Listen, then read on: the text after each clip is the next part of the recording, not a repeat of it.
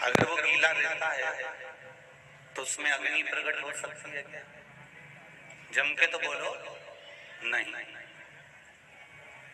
कंडा यदि गीला है, गोबरी यदि गीली है, गाय के गोबर से जो अलोना गोबर कंडा तैयार करा जाता है, गोबरी तैयार करी जाती है, थाप कर दीवार पर जमीन पर लोग कंडा तैयार करते हैं। अगर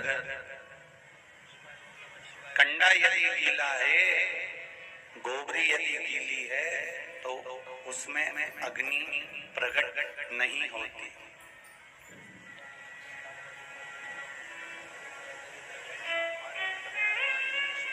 उसी तरह ये मन है।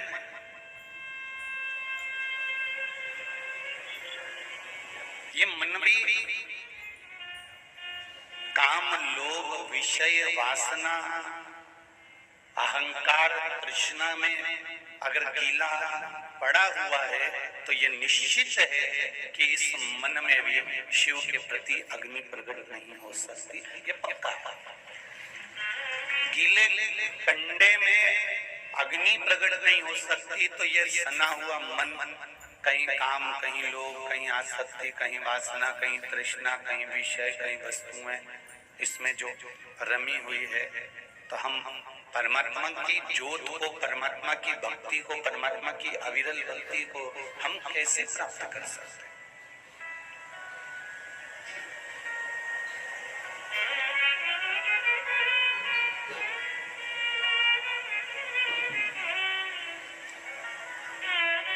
आप कहाँ बैठ रहे हो? आप किस जगह पर बैठकर भगवान का भजन कर रहे हो? आप किस जगह पर बैठकर परमात्मा का स्मरण कर रहे हो? बैठने की भूमि भी देखी जाती है। भूमि का भी बड़ा प्रताप है महाराज जी।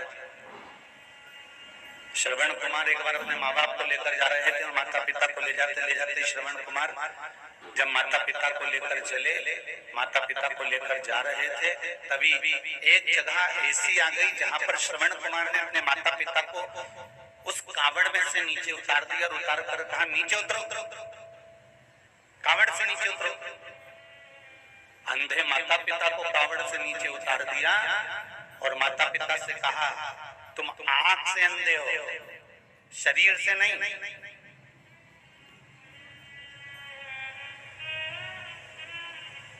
शरीर से तो तुम पैदल चल सकते हो ना,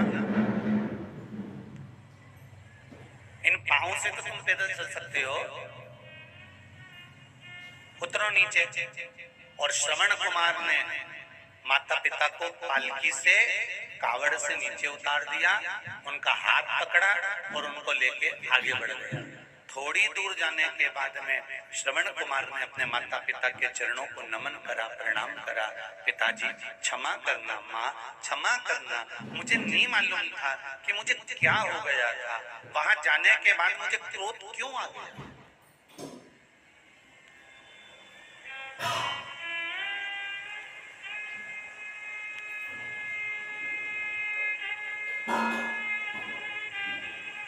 वहां पहुंचने के बाद मुझे क्रोध क्यों आया।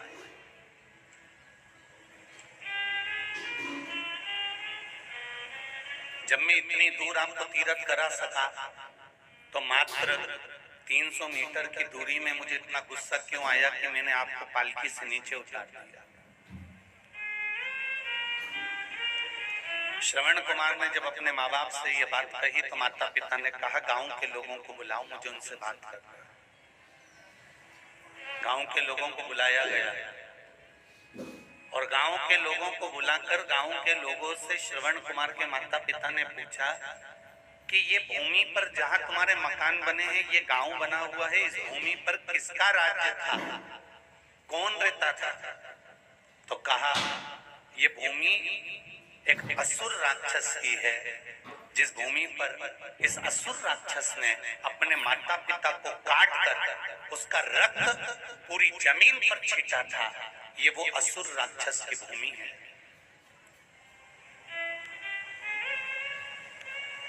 बाद में वो असुर राक्षस मरा तो उसका रक्त भी इस भूमि पर गिरा। श्रवण कुमार के माँ बाप ने कह दिया कि बस बेटा, अब कुछ कुछ भी नहीं कहना है, समझ में आ गया कि ये भूमि एक राक्षस की थी और राक्षस का रक्त इस भूमि पर गिरा था, इसलिए ये भूमि पर जो निकल कर जाता है उसको क्रोध आ ही जाता है। तो ये भूमि का भी प्रताप है।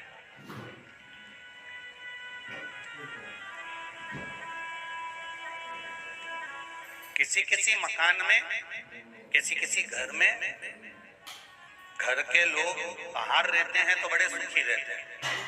घर के बाहर रहेंगे तो मुस्कुराएंगे भी, बोलेंगे भी, हंसी मजाक भी करेंगे, स्नेह से भी रहेंगे, प्रेम वश भी रहेंगे।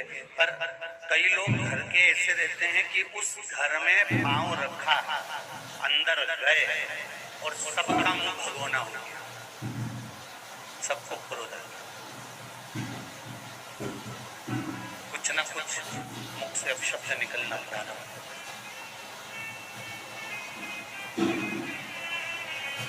मकान तो बहुत बड़ा है, बंगला भी बहुत बड़ा है, व्यवस्थाएं भी बहुत अच्छी करके रखी हैं, चार चांद लगा के रखे हैं पूरे बंगले में, पर उस बंगले में सब कुछ है, धन वैभव संपदा सब है, पर उस बंगले में अगर शांति नहीं है तो बंगले में वो धन अच्छा लगेगा क्या?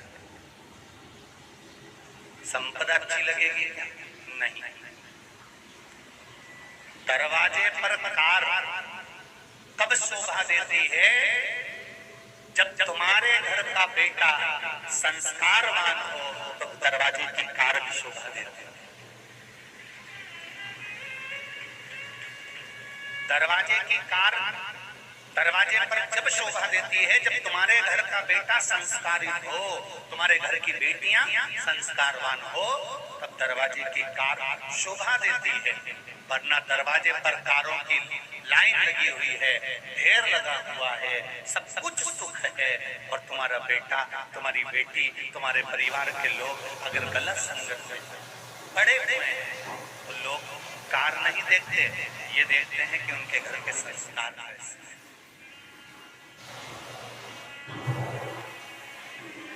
हम पहले भी कथा में कहे, आज फिर कहते हैं, सागर की इस पावन धरा पर, भूतेश्वर भोलेनाथ की इस पावन धरा पर आप सबसे निवेदन करेंगे, प्रयास करना, घर में बहू लेकर आना तो कार वाली मत लेकर आना, घर में बहू लेकर आना तो संस्कार वाली लेकर आना, जो तुम्हारे को दो रोटी अच्छे से बना कर दे।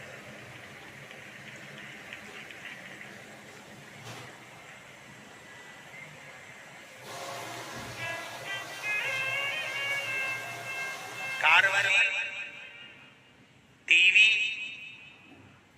मोबाइल और दर्पण नहीं छोड़ेगी, और संस्कार वाली आ गई तो शिव महापुराण की कथा और मंदिर का द्वार नहीं छोड़ेगी, ये निश्चित है, ये पक्का है।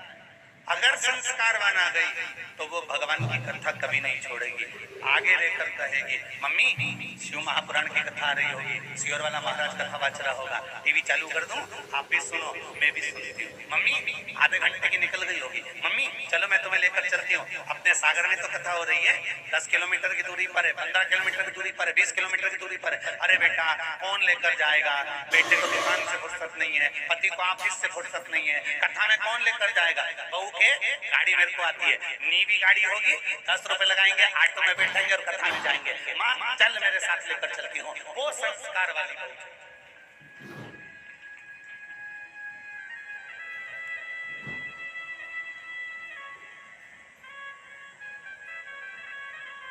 वो संस्कारवान बहू जी।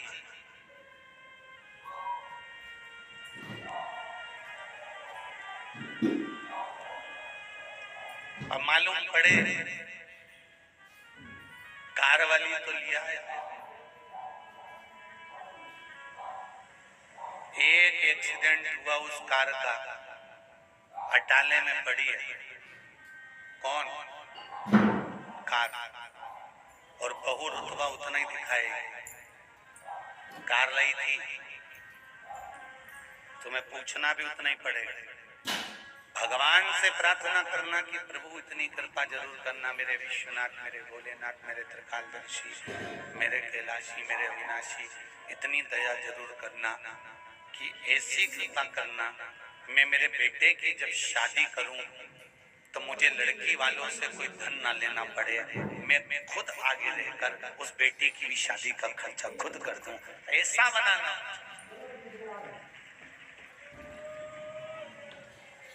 हमें ऐसा मत बनाना कि हमें किसी से आशा रहे।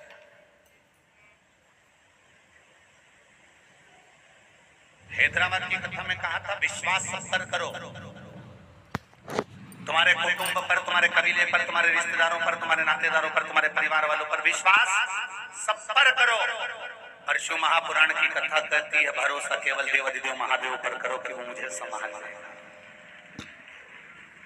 हम विश्वास करने की मना नहीं करते, अगर विश्वास नहीं करोगे, देखो एक सेठ को भी नौकर पे विश्वास करना पड़ता है कि हाँ वो कर रहा होगा, भले वो गलती कर रहा है, तुम जानते हो, सब तुम्हें मालूम है कि तुम ऐसा कर, फिर भी तुम उसको संभाल कर चल रहे हो। उसका कारण है कि विश्वास कर कर चलना पड़ेगा।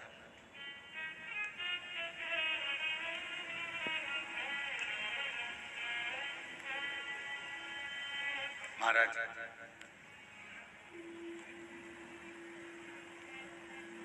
संगत का बड़ा फल करता है। दरवाजे पर कार जितनी शोभा नहीं देती, उतना परिवार में संस्कार शोभा देता है।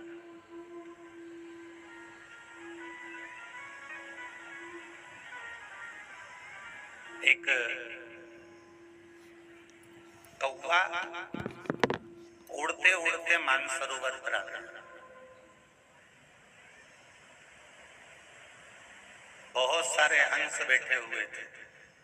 सारे हंसों ने कौवे से कहा, ये मानसरोवर है, यहाँ केवल हंस रहते हैं, आप क्यों आए? यहाँ आपका कारण क्या है आने का? क्या काम है तुम्हें यहाँ पर जो तुम आ गए? कौवा बोला, भाई देख, तू भी पक्षी है और मैं भी पक्षी हूँ, बस अंतर इतना है कि तू गोरा है और मैं, अरे जम के तो बोलो, काला। अंतर केवल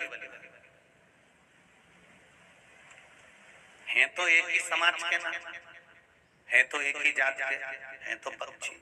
हाँ, तो उसमें दिक्कत क्या हो गई? अगर मैं यहाँ मानसरोवर में आ गया तो फिर तकलीफ क्या है, क्या कष्ट?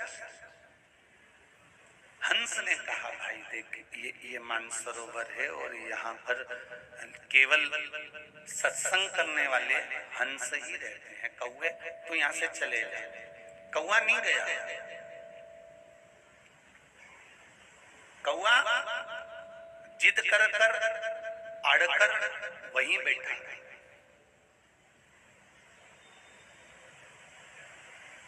कौवा गया ही नहीं। एक हंस की कौवे से दोस्ती हो गई, कौवा वहां रहने लगा। 4-6 दिन निकले, कौवे को भूख लगी तो उसने हंस से कहा, भाई मुझे भूख लगी है, कुछ खाने का दे दे। हंस क्या चाहता था? मोती।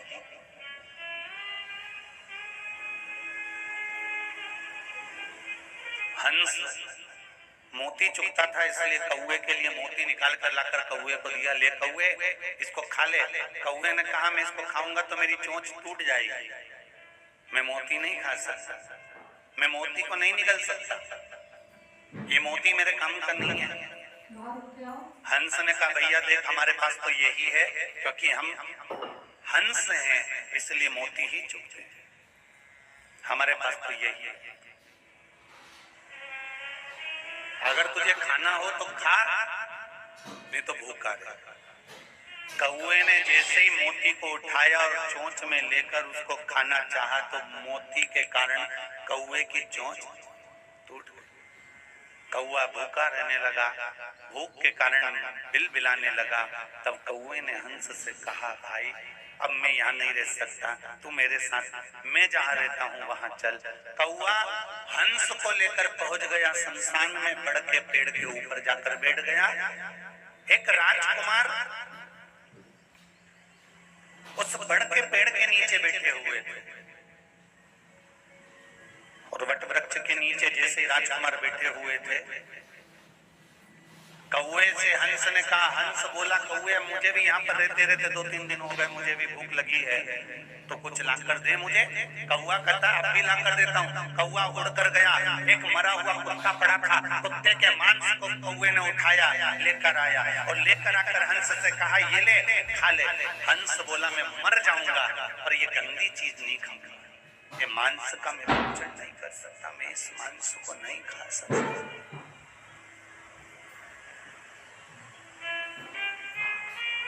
मैं भले मर जाऊं पर ये मैं मांस का भक्षण नहीं करूंगा। हम तो यही खाते हैं। कौवा बोला तुम भी खाओ? नहीं नहीं नहीं। दोनों की बात चल रही थी, बात करने में मांस का टुकड़ा राजकुमार पर गिर गया।